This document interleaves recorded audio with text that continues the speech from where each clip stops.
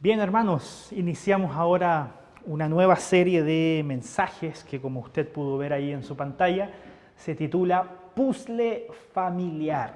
¿Qué es esta locura que se le ocurre al pastor de repente de ponerle títulos a las series de sermones de esa naturaleza? Bueno, saqué de todo mi repertorio y la verdad es que queremos expresar por medio de esta nueva serie de sermones precisamente cómo la Biblia encaja cada pieza, cada rol dentro de la familia de manera perfecta para que ella pueda ser un fiel reflejo de la gloria de Dios.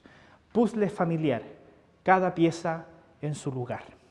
Y hemos pensado esta serie en base a la constatación de que muchos principios fundamentales para la consolidación de nuestras familias en el mundo actual están completamente desvirtuados o derechamente invertidos. Por lo tanto, con esta serie de, yo espero sean 4 sermones que nos van a ocupar durante todo el mes de julio, vamos a alcanzar 2 objetivos, o queremos alcanzar 2 objetivos. El primero de ellos es equipar con herramientas bíblicas a una generación que está emprendiendo el desafío de formar nuevas familias. Y además renovar el ánimo de aquellas que enfrentan el desafío diario de ser familias ya en este siglo. ¿Por qué pensé en una serie de familias? Porque todos los años dedicamos un mes entero a hablar sobre la familia. Y además porque da la providencia de que estamos viviendo un tiempo de pandemia y a propósito de estar viviendo un tiempo de pandemia, por alguna razón a muchos jóvenes de nuestra iglesia se les ocurrió casarse todos al mismo tiempo. Y actualmente, como pastor de esta iglesia, estoy asesorando a 7 parejas que de aquí al verano tienen pensado casarse. Gloria a Dios por eso, yo estoy muy contento. 7 familias, 7 nuevas familias que se están formando en nuestra iglesia, 7 hermanos que encontraron parejas cristianas que están queriendo glorificar al Señor con su familia, con su matrimonio. Eso me tiene realmente muy contento. Lo que yo realmente cuestiono es si eligieron el mejor año para casarse. Pero bueno, independientemente de eso, queremos a través de esta serie equiparles a esta nueva generación de jóvenes que están emprendiendo el desafío de formar familias con herramientas bíblicas para que ellos puedan glorificar al Señor con sus matrimonios. Y además dijimos que queremos animar, renovar el ánimo de las familias que ya llevamos tal vez algunos años casados. ¿Para qué? Para siempre refrescar aquellas cosas que el Señor demanda de usted, de mí, como esposo, como esposa, como hijos, en la dinámica familiar. Y el segundo objetivo, además de equipar con herramientas a los jóvenes que se están casando y a las familias ya formadas, el segundo objetivo es que podamos usted y yo asimilar el diseño de Dios para la familia que está expresado en su palabra, que creó a cada quien como una pieza de un puzzle que encaja y se complementa con el otro, y que cuando cada pieza está en su debido lugar y no en otro lado y no al revés, la imagen de Dios, la imagen de este puzzle, refleja la gloria de Dios. Esa es la ilustración, esa es la analogía que quiero hacer. Cuando en un puzzle cada pieza está en su lugar, cada pieza junta con la otra revela una imagen. En la familia, cuando cada pieza está debidamente puesta en su lugar, cumpliendo su función, la imagen que la familia manifiesta es la imagen de la gloria de Dios, porque Dios creó el matrimonio y la familia. Así que vamos a iniciar esta serie con 2 piezas que son base, que son fundamentales para la vida familiar, que es el matrimonio, compuesto por el esposo y la esposa. Puzzle familiar, ¿cuáles piezas vamos a ver hoy día? La pieza del esposo y la esposa. Y hoy encontramos muchos reportajes, y yo estuve de hecho indagando por ahí en la semana en algunas páginas web, que aluden cómo la mujer hoy día, y probablemente yo me voy a meter en varios problemas con esta predicación, pero no importa. Vamos a exponer la palabra y después vamos a tener tiempo para responder consultas en otra instancia si se da la ocasión.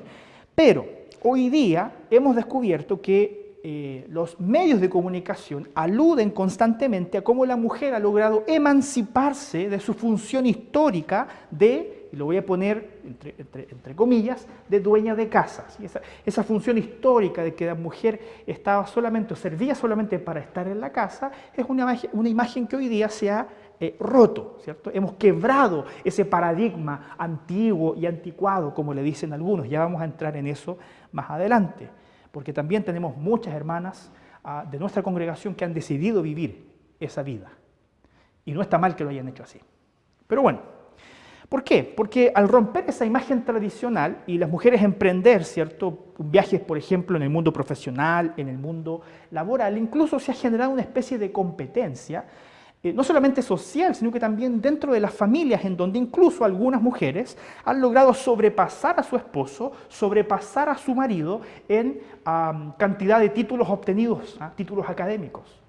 O algunas mujeres han logrado sobrepasar a sus esposos en cuanto perciben como sueldo a final de mes por el trabajo que ellas desempeñan.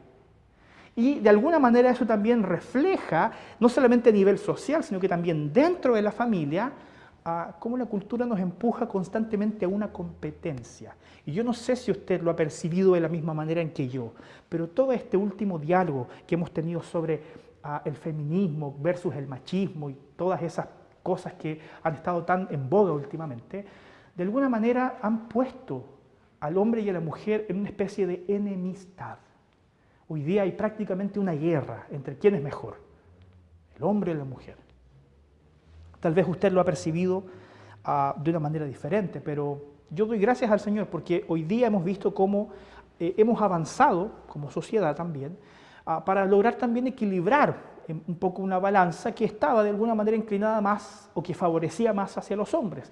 Y aún tenemos cosas que resolver. Algo que yo siempre he denunciado y que me parece vergonzoso es que hoy día a un hombre se le pague más que a una mujer por realizar la misma función. Es decir, por hacer exactamente lo mismo, existe una discriminación de género. Esas son realidades y también nosotros queremos denunciar lo que creemos que a la luz de la Escritura hay que denunciar. Y damos gracias al Señor porque hemos avanzado de alguna manera en esa dirección. Pero déjeme ser muy honesto con usted.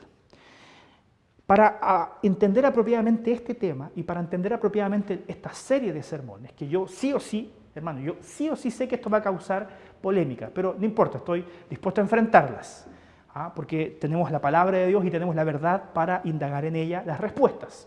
Pero para entender correctamente esta serie de sermones, tenemos que hacer una distinción que los medios de comunicación y que las ideologías de turno no están haciendo, que es la distinción entre lo que es una tarea de lo que es un rol, lo que es cumplir o desempeñar un papel. Una cosa son las tareas y otra cosa son los roles. Entonces, déjeme explicar esto un poquito mejor. ¿Por qué? Porque las tareas son culturales. Las tareas son circunstanciales. Dentro de una familia, las tareas son circunstanciales. Por ejemplo, hace 100 años atrás, las familias, el marido con la mujer y los hijos, debían decidir quién de ellos en su dinámica familiar iba a estar encargado de ir a buscar agua al pozo. ¿Por qué? Porque las casas no tenían agua potable y había que ir a buscar el agua fuera de la casa. Por lo tanto, la familia, la dinámica familiar, funcionaba en la medida en que se distribuían tareas. ¿Quién hace cada cosa? Hoy día no está asignada la tarea de ir a buscar agua al pozo, porque usted va a la cocina, abre la llave y ahí tiene agua potable. Entonces, ¿a qué me refiero? Las tareas cambian, porque las tareas son culturales. Y es por eso que las tareas pueden ser distribuidas, pueden ser conversadas, pueden ser transadas, pueden ser, no me gusta esta palabra, pero pueden ser negociadas en el contexto de una familia. O si no, dígame, los que tienen hijos más grandes, si con sus hijos no han negociado, ¿quién saca la basura? ¿O quién hace la cama? Porque las tareas son transferibles, porque ellas son circunstanciales. Esto es importante. Las tareas son relativas, son culturales, son comunicables, son transferibles. ¿Quién hace el aseo? ¿Quién cocina? ¿Quién va a dejar a los niños al colegio? ¿Quién va a comprar a la vega? ¿Quién hace el pedido mensual? Etcétera. Todas esas tareas son conversables, transables, transferibles entre el núcleo familiar, entre esposo, esposa e hijos. Pero lo que yo quiero que entendamos es que una cosa son las tareas y otra cosa son los roles, son los papeles que hemos sido llamados a desempeñar dentro del contexto del plan y el diseño de Dios para el matrimonio y la familia. No podemos confundir las tareas con los roles, porque las tareas son circunstanciales, los roles son dados por Dios y ellos son permanentes. Y como son dados por Dios y son permanentes, los roles no son intercambiables. Los roles no son transferibles. Usted no se casa y conversa con su esposo y conversa con su esposa si usted va a asumir el rol de hombre en la relación y ella en la función o el rol de mujer. Porque esos roles son dados por Dios y son permanentes. Y usted no puede renunciar a ellos. Es muy importante entender esta diferencia. Hay tareas culturales, transferibles e intercambiables. Hay roles dados por Dios, permanentes, que son irrenunciables, intransferibles. Y de hecho, si me permite ir un poquito más en profundidad con este concepto, no podemos tampoco obviar que existen ciertas tareas que están íntimamente ligadas a un rol. Existen tareas que están íntimamente ligadas a un rol y que por lo tanto, cuando una tarea está ligada íntimamente a un rol, esa tarea tampoco se puede transferir. Y hay papeles que desempeña el hombre en el matrimonio, la mujer en el matrimonio, en el contexto familiar, que tienen asociadas tareas que son intransferibles. Bueno, entendiendo esto, me gustaría también mostrarles cómo la familia evolucionó, no sé si es la mejor palabra, ¿cierto? Pero cómo la familia fue siendo transformada dependiendo un poco también de en qué época de la historia humana experimentamos. Y no lo vamos a hacer en función de la historia humana, sino que lo vamos a hacer en función de la historia que Dios escribió. ¿Por qué? Porque la macrohistoria está compuesta de tres grandes elementos. La macrohistoria que Dios escribió está compuesta de la creación, irrumpe en la creación la caída y Dios inmediatamente busca la solución mediante la redención. Estos tres conceptos son claves y pueden ser aplicados a muchos otros temas. Lo vamos a aplicar ahora a la familia y al matrimonio, pero el concepto creación, caída y redención aplica para muchos otros conceptos. Por supuesto también para el matrimonio. Por lo tanto, vamos ahora a iniciar con la familia en la etapa de la creación. A esta etapa de la creación y a este concepto de familia vamos a titularle la versión original. Esta es la versión creada por Dios, la versión que Dios pensó y que puso ahí en el huerto del Edén cuando creó de manera perfecta todas las cosas. Y esta versión está muy bien reflejada en el capítulo 1 de Génesis, capítulo 1, versículos 26 y 27. Va a aparecer ahora en su pantalla. Dice, entonces dijo Dios, hagamos al hombre a nuestra imagen, conforme a nuestra semejanza, y señoree en los peces del mar, en las aves de los cielos, en las bestias del campo, en toda la tierra y en todo animal que se arrastra sobre la tierra. Y creó Dios al hombre a su imagen, a imagen de Dios lo creó, varón y hembra lo creó. En primer lugar, lo que tenemos que establecer en este texto bíblico, en esta versión original, es que cuando el texto dice, hagamos al hombre a nuestra imagen, este concepto hombre por mucho tiempo fue señalado o pensó que se aludía solamente al ser masculino. Y la verdad es que eso no es así. Aquellos que pensaban que Dios creó al hombre a su imagen, al ser masculino, y que la mujer terminó siendo un subproducto de la creación del hombre, han estado engañados toda su vida. ¿Por qué? Porque el concepto hebreo utilizado para la palabra hombre no se refiere solamente al ser masculino, sino que apunta al concepto de la humanidad, que incluye al ser masculino y al ser femenino. Dios creó entonces seres humanos a su imagen y semejanza en dos géneros, el hombre y la mujer. Eso está claramente establecido como un principio fundacional de la familia. Dios creó al ser humano en dos versiones, hombre y mujer. Y ambos creados a imagen y semejanza de Dios. Ahora, el término para hombre, pero ahora sí asociado al ser masculino en hebreo, es la palabra sakar. Y el término en hebreo para referirse al ser femenino es nekevá. Y Dios creó estos seres humanos en dos versiones, ¿cierto? Ya lo dije anteriormente, en la versión masculina y en la versión femenina. Y desde el primer momento, estas dos versiones presentan características físicas y características emocionales que son muy distintas.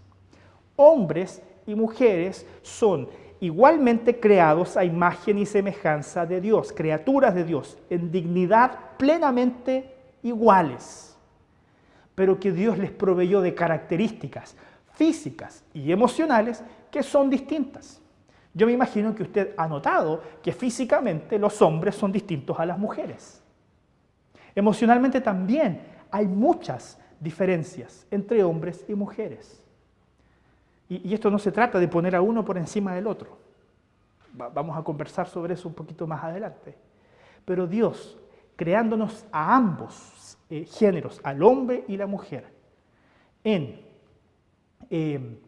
a imagen de Dios, a imagen de Él mismo, puso en nosotros características que son distintas, que son diferentes. Déjeme expresarlo de la siguiente manera. Los hombres fueron creados física y emocionalmente desde el principio para ir a cazar, para ir a conquistar, para esforzarse físicamente. Todo en la estructura del hombre contribuye para que ellos sean aquellos que se encarguen de traer la provisión y proveer seguridad física a toda su familia. Los hombres son físicamente más brutos, más agresivos, más resistentes. Y por otro lado, mentalmente, los hombres estructuran sus pensamientos de manera más objetiva y estratégica. Ellos, lo voy a decir de esta manera, pueden pensar una cosa a la vez. Objetivos, estratégicos, una cosa a la vez, ¿cierto? Hay por ahí una ilustración de que los hombres tienen en su cerebro muchas cajas, y las cajas son intocables entre ellas. Entonces, cuando un hombre habla de una cosa, saca una sola caja y habla de lo que hay en esa caja, no lo mezcla con las demás. ¿Por qué? Porque el hombre es objetivo y estratégico. Las mujeres son diferentes porque ellas elaboran sus pensamientos de una manera mucho más subjetiva. Y ojo con esto, que eso no es malo. Las mujeres son diferentes porque todo en ellas, en su estructura física y en su estructura emocional, apunta a que ellas sean proveedoras de cuidado, de estabilidad y seguridad emocional para aquellos que están a su alrededor. Cada pieza en su lugar. Mentalmente las mujeres, si bien son más subjetivas y tienen todo conectado, ¿cierto? Si los hombres tienen cajas en el cerebro, las mujeres tienen cables que unen todo con todo, ¿cierto? Y eso está bien porque así piensan nuestras queridas hermanas. Eso les provee ventajas. Por ejemplo, son más perspicaces. Las mujeres tienen la capacidad de percibir cosas que la objetividad masculina no puede percibir. Emocionalmente, las mujeres también son más sensibles, son más dadas a las necesidades de las otras personas, son más atentas, son más perceptivas a aquellas personas que están pasando por necesidades a su alrededor. Ellas son más dadas a los detalles. Y físicamente, si bien son más frágiles que los hombres, qué duda cabe que son muchísimo más hermosas. Muchísimo más hermosas que los hombres. Son distintos. El Señor nos creó a imagen y semejanza, varón y hembra, pero puso en nosotros características físicas y emocionales que son distintas. Y no es malo reconocerlo. ¿Cuál es el problema con esto? ¿Cuál es el problema con que un hombre sea un hombre y una mujer sea una mujer? Le voy a responder eso. No hay ningún problema. Porque esa era la versión original de Dios creada en el principio. Esa era la versión del matrimonio. Esa era la versión del hombre y la mujer pensada y creada por Dios desde el principio. Hombres y mujeres fueron creados como piezas de un puzzle. Son diferentes. Cumplen roles diferentes, pero que no son independientes. Ambas piezas del puzzle, si bien no son intercambiables, ellas son complementarias. Complementarias. Porque cuando un hombre y una mujer se unen, sucede lo mismo que cuando dos piezas contiguas en un puzzle se unen. Ahí se produce sinergia. Ahí se produce colaboración. Esa es la versión original que Dios creó. Y esa es la versión que Él pensó desde la eternidad para el hombre y la mujer en el contexto del matrimonio. Entonces, en la versión original de Dios, estas diferencias que hay entre hombres y mujeres no son un problema. Estas diferencias, por el contrario, son una ventaja, porque la visión objetiva y estratégica del hombre también contribuye para la vida de la mujer. Es decir, que los hombres sean como son una ventaja porque ello contribuye a la mujer, y que las mujeres tengan un pensamiento más subjetivo, pero mucha más sensibilidad emocional, contribuye para que los brutos que somos los hombres tengamos también ventajas que las mujeres nos pueden proveer. Existe entonces sinergia, complementariedad entre el hombre y la mujer en el contexto de la familia y el matrimonio. Entonces, fíjense, los seres humanos creados tal vez en dos géneros, en dos sexos, el hombre y la mujer, no fueron creados para competir, no fueron creados para ponerlos uno al lado del otro a ver quién llega más lejos o quién llega primero. Fueron creados para complementarse, y lo vamos a ver más adelante también, para ayudarse mutuamente, para ser piezas en un puzzle, que al ser interdependientes colaboran para mostrar algo que es más grande, que es la gloria de Dios. Fíjese que el gran problema con esto es que esta versión original creada por Dios se rompió. Y aquí entramos a la segunda etapa, la etapa de la caída. Esta versión original de la familia, esta versión original del hombre y la mujer entró en colapso.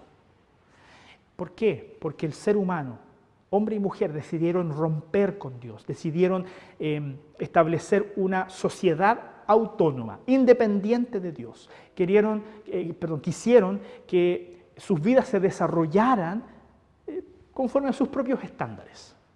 Y eso entonces también rompió el diseño de la familia y rompió el diseño que que Dios pensó para el matrimonio. Ahora, esto es interesante, porque cuando eso sucedió, los hombres que fueron creados física y emocionalmente para ser más estratégicos, más fuertes, más proveedores, pasaron a utilizar sus ventajas para oprimir a la mujer. Pasaron a ocupar esas características que Dios les dio a ellos para abusar de la mujer. Y al revés, también las mujeres, por otro lado, que fueron creadas con mayor sensibilidad, con belleza física, pasaron a ocupar también su poder de seducción para alcanzar sus objetivos también de oprimir a otros hombres. Lo que yo les digo, lo que pasa hoy día, competencia.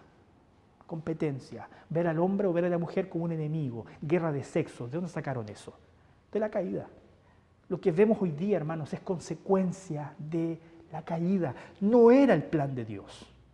Entonces, es por eso que me parece tan extraño que hoy día muchos digan, no, mira, si estas cosas, estas diferencias y esta diversidad también que se ha producido en nuestra época y en este siglo, ¿cierto?, contemporáneo, hay que aceptarlo porque el hombre siempre ha sido así. Ahora, ojo con eso, el hombre no siempre fue así. La versión original era distinta. La versión original la encontramos en Génesis 1. Lo que vemos hoy día es lo que se rompió. Y tal vez se lo voy a explicar de la siguiente manera, antes de pasar a la versión disfuncional. ¿Sí? Porque de hecho eso es una versión disfuncional. Yo no puedo pretender sacarle una foto al matrimonio en las condiciones en las que hoy día el ser humano está vive de manera natural. Creo que una vez se los expliqué de esta manera el año pasado en la serie de familia anterior. El matrimonio fue creado por Dios como un Ferrari, último modelo recién salido de la fábrica de Italia. Maravilloso, ¿eh? Un color rojo, lindo, un diseño perfecto, funcional, dinámico, atractivo, eficiente, un Ferrari de nariz a cola. Y resulta que el dueño de ese Ferrari lo sacó de la fábrica y en la primera curva lo estrelló en el primer árbol que había.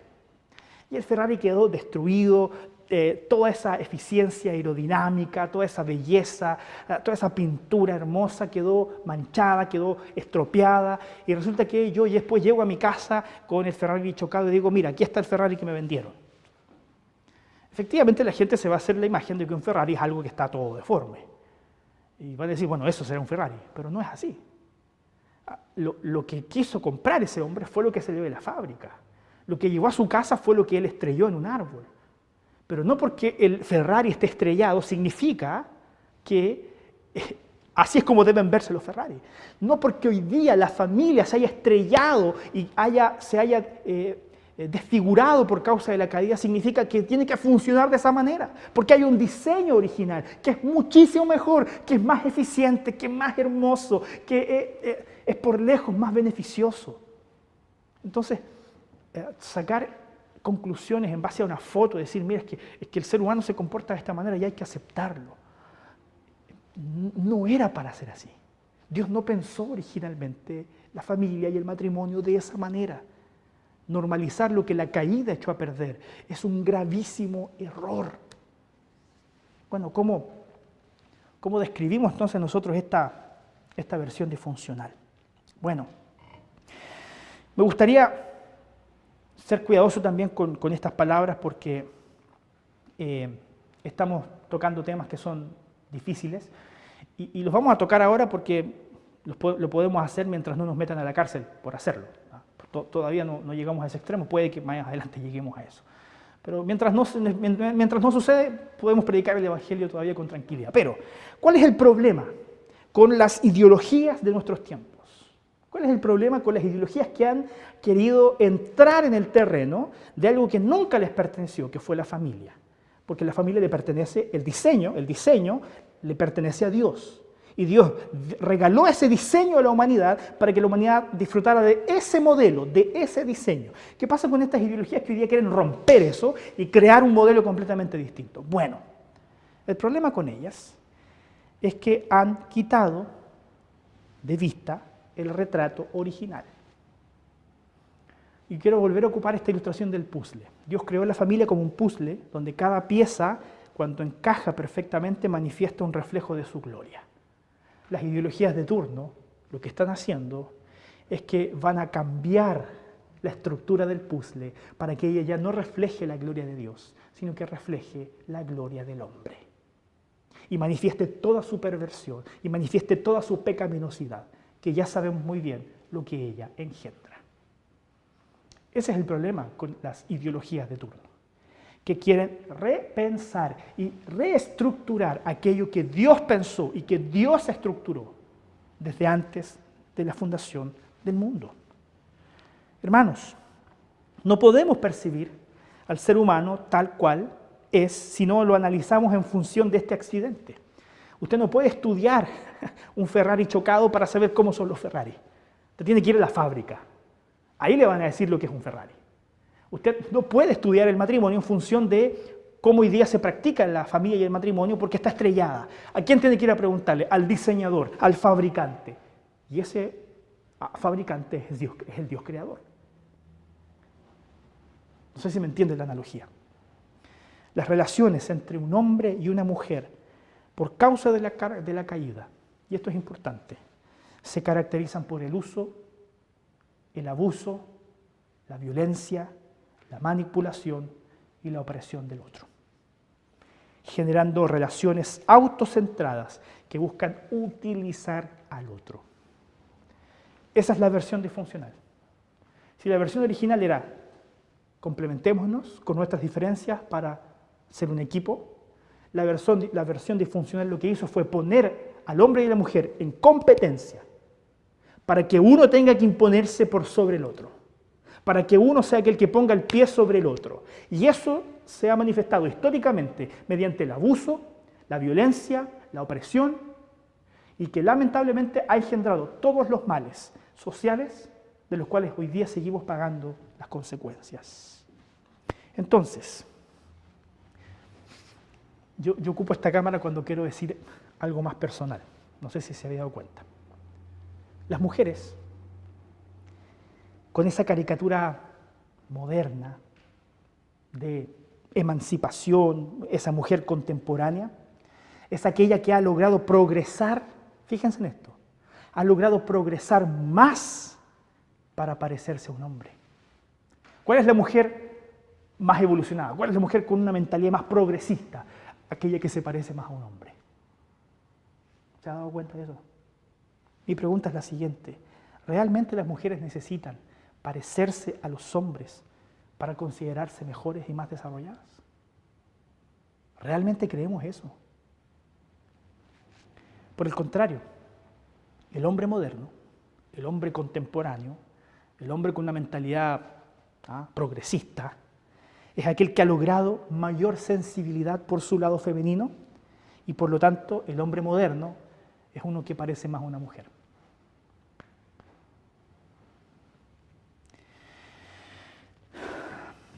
Aquellos que son discípulos de Cristo tenemos una tremenda responsabilidad.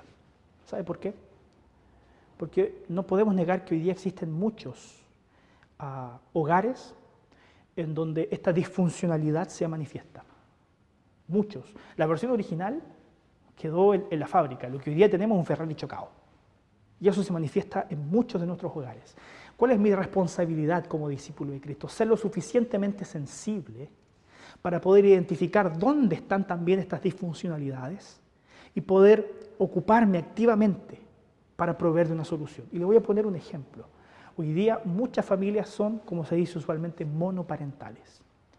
Y una familia monoparental, usted me disculpa que yo de repente sea tan coloquial con mis expresiones, pero una familia monoparental se compone principalmente de una mujer que tiene que asumir el control, el gobierno de su vida, de su familia y el cuidado de su hijo, porque un tipo que la dejó embarazada se hizo el loco. Perdón que lo diga así. Pero muchas de las familias que hoy día vemos funcionar de esta manera es porque un hombre no quiso hacerse responsable, no quiso desempeñar el papel que Dios le dio. Y una mujer tuvo que asumir ese rol. Y eso afecta mucho también a los niños. Niños que hoy día crecen sin una figura masculina. Y eso también es parte del diseño de Dios. Dios creó el matrimonio para que los niños crecieran teniendo una figura femenina, una figura materna, y una figura masculina, una figura paterna. Cuando una de ellas falla, eso también altera y afecta el desarrollo de los niños. Por lo tanto, quienes somos discípulos de Cristo hemos sido también llamados a llevar y proveer soluciones de figuras masculinas a aquellos hogares en donde no existen. ¿Para qué? Para que los niños que crecen en el contexto de la fe también crezcan mirando una figura masculina que es saludable para ellos. Y, hermanos, con esto, por favor, no quiero que me malinterprete, pero es parte de lo que los cristianos han hecho toda la vida. Y creo que se los he dicho en otras ocasiones. Siempre los cristianos atendieron al huérfano y a la viuda. Siempre. Porque entendían que el huérfano y la viuda, el niño y la mujer eran creados a imagen de Dios y que también debían ser atendidos para poner sobre ellos un contexto saludable, un contexto social saludable, es parte de la comunión en la iglesia. Proveer de esa figura masculina y, por favor, una figura saludable, no cualquier figura masculina, o esas disfuncionalidades que también nosotros vemos tan abundantemente hoy día. Hermanos, la cultura popular está llena de ejemplos, de contextos familiares en donde siempre existe esta disfuncionalidad. Y quiero mostrarles solo dos ejemplos. Yo crecí toda mi vida viendo uno de mis programas favoritos, que son Los Simpsons. Desde muy pequeño, no tan pequeño, a mi adolescencia que yo veía Los Simpsons. Y me entretiene, son simpáticos, son divertidos para cada ocasión en la vida, para cada cosa que pasa en la vida. Siempre hay un capítulo de Los Simpsons al cual hace referencia. Y tal vez usted conozca esta familia. Pregunta para usted, para que usted perciba esto de manera concreta.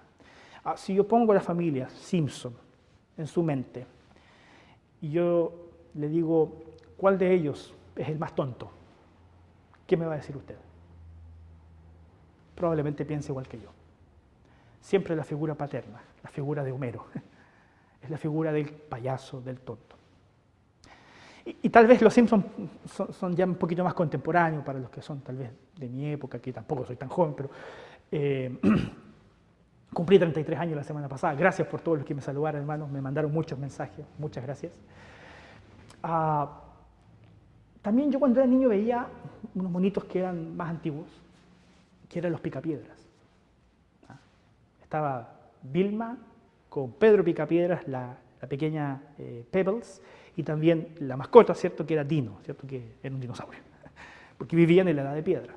Si yo pensaba esa familia, y tal vez los que son mayores, los que tienen más edad, se acuerdan de los Picapiedra, les vuelvo a hacer la misma pregunta. En esa familia, ¿quién era el que siempre la embarraba? ¿Quién era el que siempre se mandaba un condoro? Pedro Picapiedra, el papá. Porque crecimos en esa cultura que alimentó y manifestó esta visión disfuncional. Y somos lamentablemente hoy día fruto de toda esa manifestación cultural de lo que Dios no pensó originalmente. Y esa manifestación cultural de lo que Dios no pensó inicialmente nos ha hecho mucho daño en cómo nos relacionamos y en cómo somos como sociedad. Por lo tanto, creación, caída, versión original, versión disfuncional. Quiero invitarlo entonces ahora a que veamos cuál es la versión redimida, la versión de la redención, cómo Dios provee de soluciones para usted y para mí frente a todas estas dificultades que yo ya le he mencionado. Primero, el Dios creador no se quedó pasivo cuando Él vio que el ser humano quebró su relación con Él. Las Escrituras dicen que este Dios creador, a pesar de que no fue culpa de Él, sino que fue culpa de los seres humanos que rompieron con Él, a pesar de que no fue su culpa, Él decidió tomar la iniciativa de entrar en la historia para reconectarse con los seres humanos, y esto lo hace a través de la persona de Cristo Jesús. Por lo tanto, Dios entra en la historia con el propósito de llevar redención, de llevar restauración a lo que el ser humano quebró, a lo que el ser humano rompió, que era parte del diseño original. ¿Para qué? Para iniciar en ellos un proceso de reversión, es decir, para resolver la inversión de roles que se manifestaron, por ejemplo, en la familia. Y como discípulos de Cristo, Dios comienza en nosotros este proceso de transformación para solucionar y cambiar estas nomenclaturas culturales que se han ido prácticamente incrustando en nuestra mente y que ya nos parecen muy normales con respecto a la relación o a las relaciones conyugales. Y para hablar de eso en particular, me gustaría ir al capítulo 5 de la epístola del apóstol Pablo a los Efesios, solamente 3 versículos, el 21, el 22 y el 25, que dice así: someteos unos a otros en el temor de Dios. Las casadas estén sujetas a sus propios maridos como al Señor. Maridos, amad a vuestras mujeres, así como Cristo amó a la iglesia y se entregó a sí mismo por ella. Es importante notar que en respuesta también a todas esas caricaturas, con que esto de que la Biblia es del año de la pera, que es retrógrada, que es machista, ¿cierto? Que son caricaturas, el texto bíblico comienza diciendo que debemos someternos, ¿quiénes? Unos a otros. Someteos unos a otros en el temor de Dios. El gran plan maestro de Dios para la familia es el plan de la sumisión mutua. Es el plan de la complementariedad. Es el plan de la interdependencia. El proyecto de Dios no es un proyecto para tomar a los hombres y a las mujeres y ponerlos como seres independientes. Ese no es el plan de Dios. El proyecto de Dios es que vivamos en interdependencia los unos de los otros y ambos juntos, esposo y esposa, dependiendo del amor de Dios, dependiendo de Dios. Por eso, lo primero que hay que establecer de esta agenda redentora, de esta redención que Dios quiere obrar en el matrimonio, es que el matrimonio implica un proyecto que comienza con el sometimiento mutuo.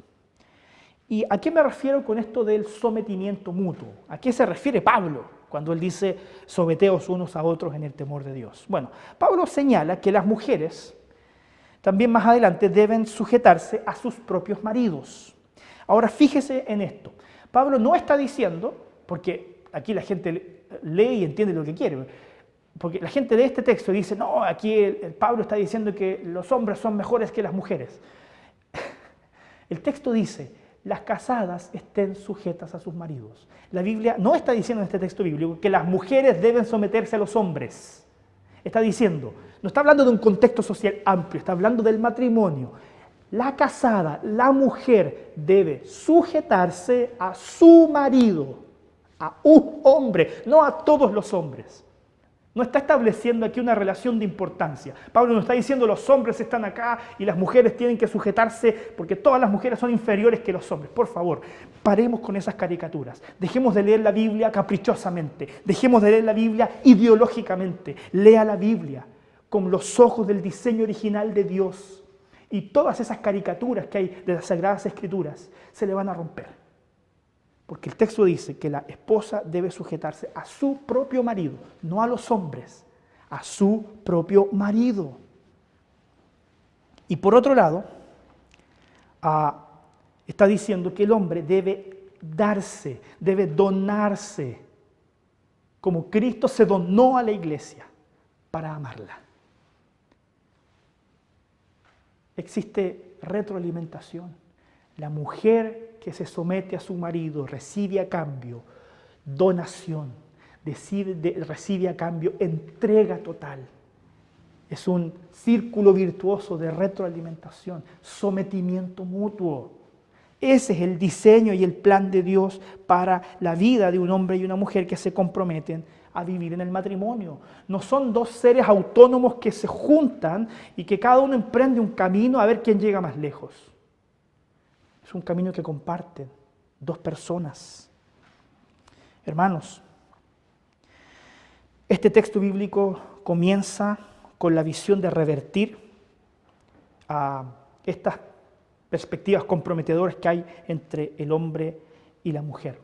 Ellos no son competidores. Usted no tiene que competir con su esposo, usted no tiene que competir con su esposa, porque no son seres autónomos. Debemos avanzar hacia una relación de mutuo respeto, de complementariedad, de interdependencia, para valorar al otro por lo que es, y no solamente por lo que hace, valorarlo por lo que es, imagen de Dios. Esa es la base, ese es el ladrillo fundacional de la visión de Dios para el matrimonio. Es ladrillo fundacional. Por favor, yo le pido, espero que derribe todos esos prejuicios ideológicos que a veces tenemos en contra de la Escritura, porque pensamos que ella es machista. No es así. Un pequeño paréntesis, el machismo es cuando el hombre quiere imponer su autoridad sobre una mujer a través de medios ilegítimos, como por ejemplo la violencia. Eso es machismo. Contra eso la Biblia también está en contra. Pero hay un fundamento para el matrimonio. Sométanse los unos a los otros. Las casadas sujétense a sus maridos. Y los maridos amen y dónense por sus esposas hasta la muerte. Porque Dios crea una relación de interdependencia y complementariedad. Y es importante también que reorganicemos nuestros papeles. ¿Por qué? Porque en la agenda de Dios, el texto dice que las mujeres deben someterse a sus maridos como al Señor y los maridos deben amar a sus esposas como a Cristo amó a la iglesia. Ahora, esto es importante. Muchos de los problemas matrimoniales que yo he tenido que ver y también padecer, a veces tienen que ver principalmente con no entender cuáles son nuestros roles. Yo estoy seguro que si un hombre y una mujer entendieran de buena manera cuáles son los roles que el Señor les mandó a desempeñar en la relación y logran comunicarse esos roles de manera clara, directa y sincera, estoy seguro que muchas dificultades, muchas diferencias en el matrimonio serían fácilmente solucionadas. Con eso no niego que hay parejas que tienen problemas más profundos, que hay que atender debidamente, y eso es así.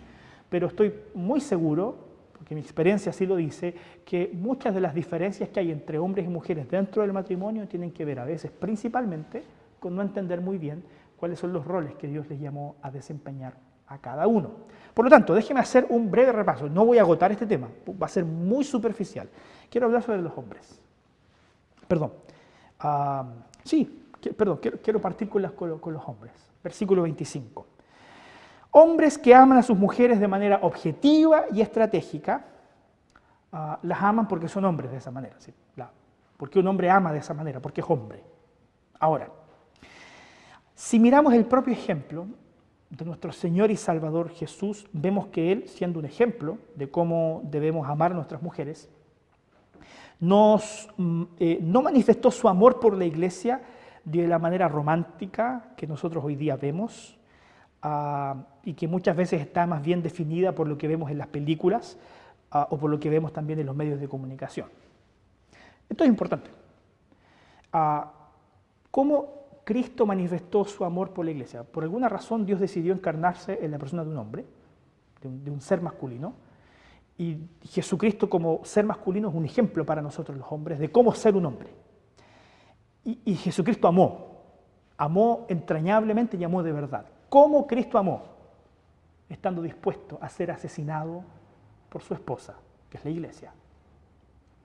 Así amó Jesús. Él dijo, yo voy a amarte y voy a entregar mi vida por ti. ¿Por qué esto es importante? Porque la Biblia no nos dice, y no quiero que me entienda bien, pero la Biblia nos dice que el hombre debe manifestar el amor por su esposa, llevándole flores y preparándole una cena a la luz de las velas para decirle cuánto la ama. No estoy diciendo que eso sea malo, por favor, no estoy diciendo que eso sea malo. Lo que estoy diciendo es que lo que Cristo hizo no fue organizar una cena con la iglesia a la luz de las velas para decirle que los amaba. Lo que Cristo hizo fue ir a la cruz para morir por ti y por mí. Así manifestó su amor de manera concreta, objetiva y estratégica nuestro gran Salvador Jesús.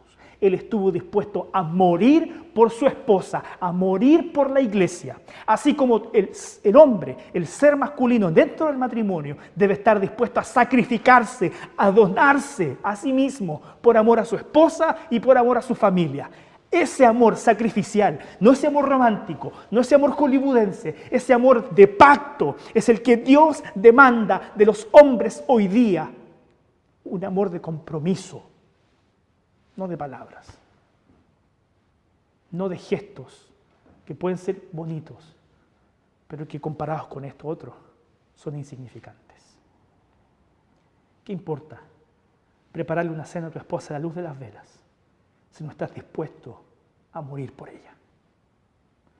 Si no estás dispuesto a ponerte delante de ella para cuidarla y protegerla de cualquier mal. Los hombres deben amar cuidando, protegiendo, celando, en el buen sentido de la palabra celar.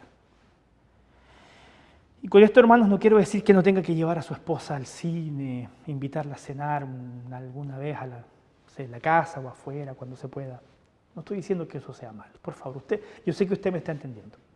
Por sobre esos gestos bonitos, debe haber primero un compromiso de su corazón, de querer donarte física y emocionalmente para cuidar y proteger siempre y por encima de todas las cosas a tu esposa y a tus hijos. Mujeres, queridas hermanas, el versículo 22 dice algo que yo sé que a muchas les incomoda. Sujétense a sus maridos. Pero una vez mi esposa me dijo algo muy sabio. Me dijo, si los hombres fueran realmente hombres y fueran como Jesús, yo no tendría ningún problema en sujetarme a un hombre así. El problema con hoy día es que da lata, disculpen que lo diga de esa manera, someterse a un hombre que es un pusilánime, ¿cierto? Da lata, da pena, da tristeza que el Señor me diga que tengo que sujetarme a un hombre que no es capaz de ser un hombre. Y tal vez el problema pasa por ahí. Pero independientemente de eso, hermanas, para hablar sobre este concepto de sujeción, me gustaría leerles lo que dice Génesis 2.18.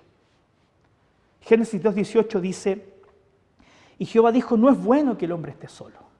Le haré ayuda idónea para él. En este texto, después de que Dios creó al hombre, al ser masculino en particular, Dios lo quedó mirando y dijo, algo le falta a este tipo no va a poder solo. Yo siempre lo digo de manera divertida, tal vez en los matrimonios, ¿cierto? Cuando hablo sobre este texto, Dios quedó mirando al hombre y dijo, ¿se imaginan un hombre solo en su departamento? No, este hombre necesita ayuda, necesita de un apoyo, de alguien que lo apuntale. Bueno, ¿qué dice el texto? Que como el hombre no debe estar solo, porque el hombre es capaz de echarse un saco de cemento al hombro, porque puede ser muy fuerte físicamente, pero el hombre es frágil emocionalmente, muy frágil, y necesita de la ayuda y del cuidado de una mujer que lo complemente, y viceversa, pero aquí estamos hablando de la función que tú puedes desempeñar hacia tu esposo o hacia tu marido. Y la palabra traducida en Génesis 2.18 como ayuda, porque dice, le haré ayuda idónea, es la misma palabra en hebreo que aparece en el Salmo 121, cuando el texto del salmista dice, alzaré mis ojos a los montes, ¿de dónde vendrá mi socorro? Mi socorro viene de Jehová, que hizo los cielos y la tierra. Pregunta para todos aquellos que ven en este concepto de sometimiento y ser ayuda de un varón como la manifestación máxima del machismo. Que Dios sea nuestro ayudador, que Él se califique a sí mismo, y ocupa la misma palabra en hebreo, que Él sea nuestro socorro, nuestra ayuda, al igual que la mujer sea el socorro y la ayuda de su marido. ¿Significa que Dios es inferior a mí? ¿Significa que yo puedo poner mi pie sobre el Señor porque Él es mi ayudador? ¿Él es mi socorro? No está diciendo eso el texto.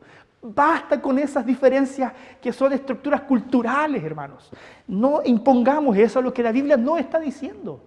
Cuando la Biblia dice que la mujer fue creada para hacer ayuda, está ocupando el mismo término en hebreo cuando Dios dice yo soy tu ayudador. Por ahí algunas yo sé que están pensando entonces, están diciendo, yo soy como Dios para mi marido entonces. No es eso tampoco. Es que no por eso tú eres menos o eres inferior, salvo que quieras sentirte así. Pero eso no es un problema del diseño de Dios. Y fíjense que hay una versión en el Antiguo Testamento, que es la Septuaginta, que tradujo todo el Antiguo Testamento en hebreo al idioma griego, que era el idioma universal de aquella época.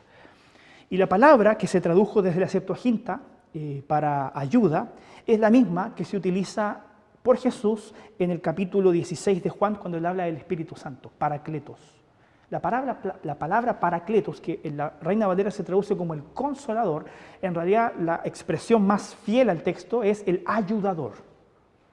El Espíritu Santo es nuestro ayudador. Y ocupa el mismo término griego que ocupó la Septuaginta para traducir la ayuda que se refiere a la mujer con respecto al hombre. Y le hago la misma pregunta. No porque el Espíritu Santo sea mi ayudador significa que Él es inferior a mí. Porque Dios es muchísimo, por lejos mejor que yo. Pero Él dice que cumple esa función de ayudarme. Bueno, esa es la función que Dios le dio también a las mujeres dentro del contexto del matrimonio. Ser la ayuda, el apoyo, el consuelo de sus maridos. Entonces, hermanos, entiendan de una buena vez que el hecho de que Dios le haya dado a la mujer el papel de ser la auxiliadora del hombre no la hace inferior a él, ni la hace menos digna. Porque además hay otra palabra, porque dice ayuda idónea. La palabra idónea es un término en hebreo que puede ser traducido también como correspondencia. Ayuda idónea. Y la correspondencia es un término que puede ser ilustrado como aquella persona que está a nuestro lado, hombro a hombro, a la misma altura. Esa es idoneidad. Si yo tuviera que, y le voy a poner esta expresión, ponerme una muleta para caminar, y esa muleta es demasiado pequeña, esa muleta no me corresponde, porque no está a mi altura para proveerme del sustento y el apoyo para que yo pueda caminar. Correspondencia es estar al nivel, a la misma altura. Eso dice el Señor de ustedes, queridas hermanas. Ustedes son la ayuda idónea para corresponder hombro con hombro a los hombres, no para ir detrás de ellos, ni tampoco para ir delante de ellos. La correspondencia es que Dios te entregó la función de estar ahí, hombro a hombro, apoyando a tu marido, estando para él, siempre consolándolo, ayudándolo y conteniéndolo cuando lo necesita. Díganme si ese modelo de hombre y mujer que la Biblia dice no es maravilloso. No es lo que realmente debería funcionar en nuestra vida, ¿cierto? Así debería ser.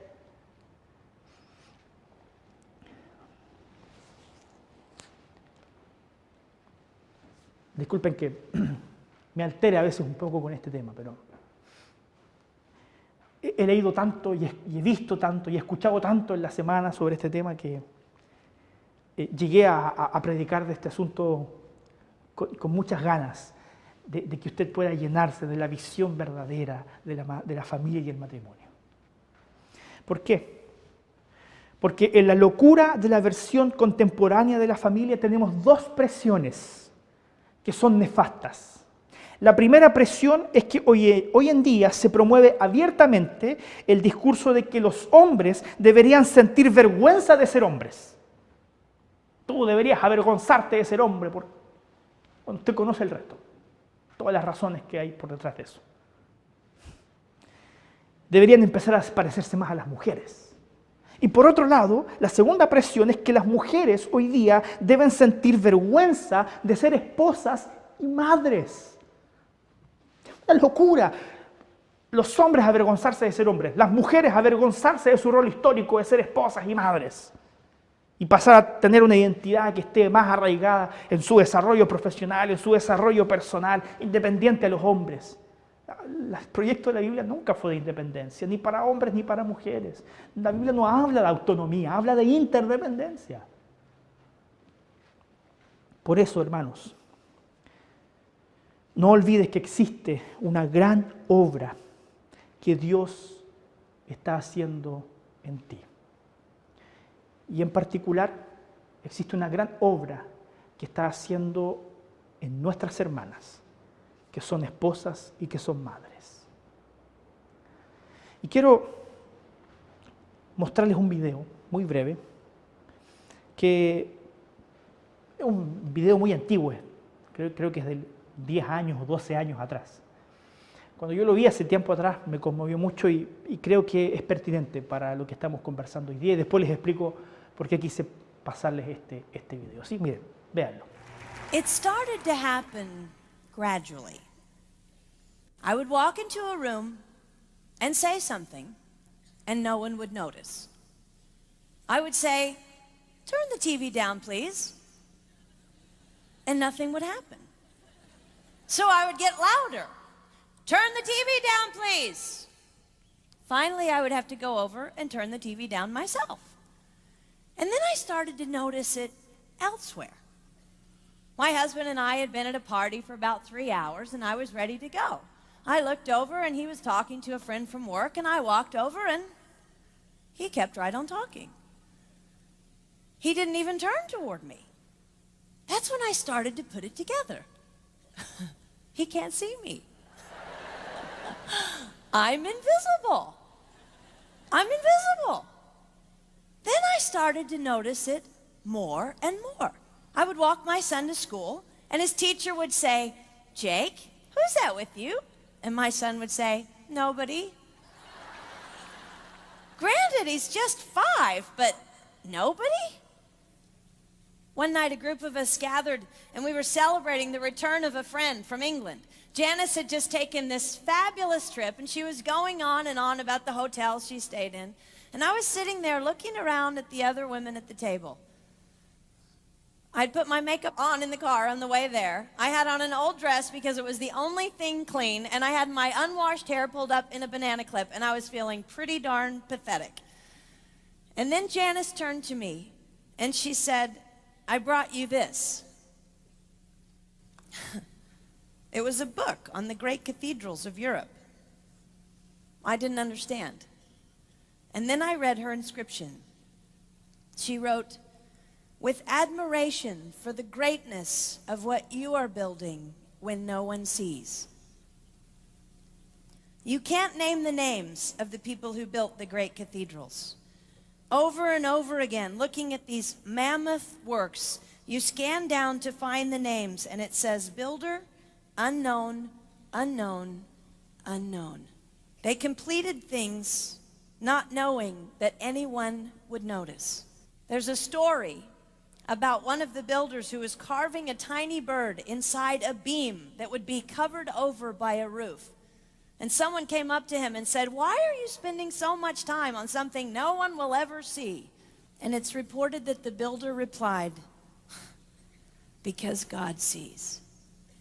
They trusted that God saw everything. They gave their whole lives for a work, a mammoth work, they would never see finished. They showed up day after day. Some of these cathedrals took over 100 years to build. That was more than one working man's lifetime. Day after day. And they made personal sacrifices for no credit. Showing up at a job they would never see finished, for a building their name would never be on. One writer even goes so far as to say no great cathedrals will ever be built again because so few people are willing to sacrifice to that degree. I closed the book, and it was as if I heard God say, I see you. You are not invisible to me. No sacrifice is too small for me to notice. I see every cupcake baked, every sequin sewn on, and I smile over every one. I see every tear of disappointment when things don't go the way you want them to go. But remember, you are building a great cathedral. It will not be finished in your lifetime, and sadly, you will never get to live there. But if you build it well, I will. At times, my invisibility has felt like an affliction to me. But it is not a disease that is erasing my life. It is the cure for the disease of self-centeredness. It is the antidote to my own pride. It's okay that they don't see. It's okay that they don't know. I don't want my son to tell the friend he's bringing home from college, you're not going to believe what my mom does. She gets up at 4 in the morning and she bakes pies and hand bakes a turkey and she presses all the linens. Even if I do all those things, I don't want him to say that. I want him to want to come home. And secondly, I want him to say to his friend, you're going to love it there. It's okay that they don't see. We don't work for them. We work for him. We sacrifice for him. They will never see, not if we do it right, not if we do it well. Let's pray that our work will stand as a monument to an even greater God. Quise mostrarles este video porque esa presión social de que las mujeres deberían sentir vergüenza de ser solamente esposas y madres es nefasto. Si tú eres esposa y madre y decidiste quedarte en la casa a ser esposa y a ser madre, deberías sentirte muy orgullosa de eso, muy orgullosa. Y nosotros también deberíamos valorar y sentirnos mucho más orgullosos de aquellas hermanas que han decidido cumplir y desempeñar esa función. No me malentienda, hermanos. Yo admiro muchísimo a esas mujeres que junto con ser mamás y esposas trabajan duro y son excelentes en lo que hacen. Sería ridículo que yo me opusiera a eso porque mi esposa fue mamá, esposa y trabajadora y profesional mucho tiempo. Ahora ella se ha logrado liberar de algunas de sus responsabilidades, pero yo admiro mucho a mi esposa por esa capacidad que tiene de hacer tantas cosas y hacerlas bien. Pero no despreciemos a aquellas que decidieron no emprender profesionalmente o no desarrollarse. No son menos. No les diga que no vivieron su vida, porque lo que están haciendo ellas es construir tal vez algo mucho más importante que aquella que trabajó toda su vida, construyendo catedrales, que nadie sabrá que ella las construyó, pero son fruto de su trabajo y de su perseverancia. No tienes nada de qué avergonzarte, y nosotros nos sentimos orgullosos de que tú hayas decidido ser esposa y mamá para la gloria de Dios. Para ir terminando, hay un último factor que me gustaría comentar con ustedes. Además de que mantengamos siempre reorganizados nuestros roles, es importante que exista también el factor complicidad. ¿A qué me refiero con eso? Cuando un hombre cumple su papel, cuida de sus hijos, cuida de su esposa, es el líder de su casa, pero ves que no existe de la contraparte retroalimentación, ¿cierto? Una respuesta equilibrada, lo que va a generar eso es que el hombre va a dar, hasta que ya no le queden fuerzas, hasta que sea drenado. Yo se lo dije en una serie el año pasado, ¿cierto? A ese marido que tiene como esposa a un cáncer en los huesos que lo drena por dentro. Y al revés es lo mismo. Una mujer puede cumplir con esmero su labor de estar ahí para prestarle atención a su esposa, a su esposo, a sus hijos, ser una mujer que da, pero si tampoco recibe de parte del esposo la retroalimentación, ella va a dar, hasta que se marchite, hasta que se drenen sus energías y sus fuerzas. Es importante tener los papeles definidos, pero más importante aún es cumplir con ellos y cumplir con las acciones que demandan tus roles para amar y dar de manera abundante al otro. Retroalimentación, complicidad. Para terminar, quiero dejarte 2 desafíos para pensar y practicar. En realidad uno, porque uno es para las mujeres y otro es para los hombres. 2 desafíos para pensar y practicar. Y voy a partir por las damas. Queridas hermanas, mujeres, no permitan que la cultura las intimide y las avergüence por expresar la identidad y el papel que Dios te mandó a cumplir dentro de la familia. No lo permitas.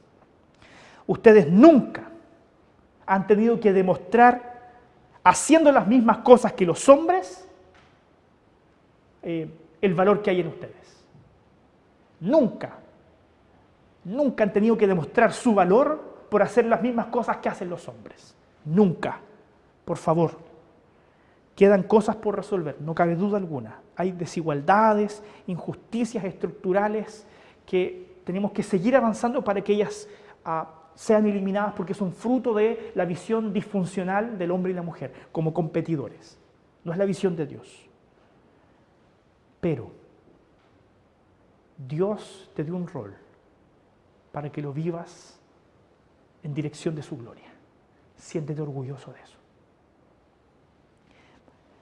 En segundo lugar, hombres.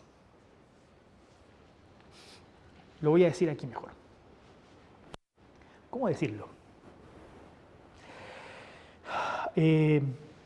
Pongámonos las pilas. ¿Qué te parece? Pongámonos las pilas. Que la cultura no te intimide con su discurso de odio. Expresemos el carácter que Dios demanda de quienes llamó a ser líderes. Líderes. Hacerse cargo. Imponiendo nuestro rol por la fuerza. Pero ojo, no por la fuerza física. Impone tu rol por la fuerza del amor y del servicio que tienes por tu esposa y por tus hijos. Esos son medios legítimos. Imponer mi rol por el servicio y el amor del cual están llenos mi corazón para donarlos a mi esposa y a mis hijos. Por favor, no el amor occidental. No ese amor de cursilerías, disculpe que lo diga así. Ese amor oriental, ese amor que es de pacto, de compromiso, de voluntad, de acción verdadera. Eso es lo que demanda y espera como mínimo el Señor de ti. ¿Qué te parece si para terminar tú inclinas tu rostro y me acompañas en esta oración? Señor, nos conoces a cada uno de nosotros. Conoces nuestra historia personal, nuestras luchas, aflicciones. Por eso te pido que nos mires de manera cariñosa y derrames sobre nosotros la motivación para decirle que no a la cultura que nos rodea y decir que sí a la palabra que viene de tu boca. Padre, enseña a cada esposa a cuidar de sus maridos como si fueran el Salvador Jesús. Señor, enseña a cada marido a amar a su esposa como Cristo amó a la suya propia, que es la iglesia. Oh Señor, te pido que tú restaures las relaciones quebradas. Que tú, Señor, renueves el amor entre ellos, la esperanza, no ese amor occidental, romántico, ese amor de pacto. Oh Señor, te pido por los jóvenes que aún no están casados, que se quieren casar pronto o que tienen un proyecto para más adelante, visítalos en sus corazones. Y si tal vez ellos hoy día no tienen una compañera o un compañero, mitiga en ellos tal vez los dolores que pueden causar esos sentimientos de soledad. Oh, Señor, te pido que coloques también en sus vidas a tu debido tiempo a un compañero o a una compañera que provenga de ti. A un hombre que ame a mis hermanas como Cristo amó a la iglesia. O a una mujer que vendrá a coronar la vida de mis hermanos para honrarlos, para respetarlos como una buena compañera. Y ayúdalos, Señor, en su misión. Señor, te pido que todos aquellos que hemos estado presenciando este espacio de reflexión podamos salir más comprometidos a ser más como Cristo Jesús. Ya sea que estemos casados o no, bendícenos como hombres y mujeres creados a imagen y semejanza tuya. Te lo pido en el nombre de Cristo Jesús, nuestro Señor. Amén. Amén. Yo sé, hermano, que quedaron 1500 preguntas. No crean que no soy consciente de eso. Por lo mismo, quiero pedirles lo siguiente. En base a lo que hemos reflexionado, si usted tiene alguna duda, alguna pregunta, alguna sugerencia, puede, por favor, escribirme a mi correo o escribirme a mi WhatsApp personal, porque pretendo, ojalá, responder esas dudas. Este es un tema muy importante, muy crucial, sobre todo en los tiempos que estamos viviendo. Así que escríbame a mi correo o a mi WhatsApp personal y yo el día miércoles voy a propiciar un espacio para responder dudas. El día miércoles no le he decidido aún si lo voy a hacer a través de una transmisión en vivo desde Facebook, como lo estamos haciendo ahora, o si vamos a tener una reunión vía Zoom, porque tenemos ahí una plataforma también para vernos y responder preguntas. Pero de alguna manera quiero hacerme cargo de todas las dudas que yo he generado en usted, poder responderlas desde la óptica de la Biblia. Así que espero sus preguntas, bien intencionadas, por supuesto. También puede criticarme, pero la idea es que podamos ser edificados y alimentados con todo esto, ¿bien? Así que lo desafío a que pueda usted mandarme su pregunta y el día miércoles, a través de una transmisión o a través de una reunión de Zoom, vamos a anunciarla con anticipación, vamos a responder todas esas dudas y complementar lo que hoy día hemos hablado, porque efectivamente este tema es mucho, mucho más profundo de lo que estamos nosotros analizando en el escaso tiempo que tenemos, a pesar de que ya creo que estoy casi por cumplir un récord de tiempo en una predicación, ¿sí? Vamos a orar, vamos a pedirle al Señor su bendición. Luego de eso, recuerde quedarse con nosotros para recibir, entonar el posludio y también enterarse de cuáles son las informaciones y noticias para nuestras actividades de esta semana, ¿sí? Así que en su casa, por favor, le pido que usted incline su rostro y reciba la bendición de Dios. Y ahora que la gracia de nuestro Señor y Salvador Jesús, el amor de nuestro buen Dios, el Padre, y la guía del Espíritu Santo sea con cada uno de ustedes, mis hermanos, con sus familias, con sus matrimonios, con sus hijos, con todo el pueblo de Dios, desde ahora y para siempre.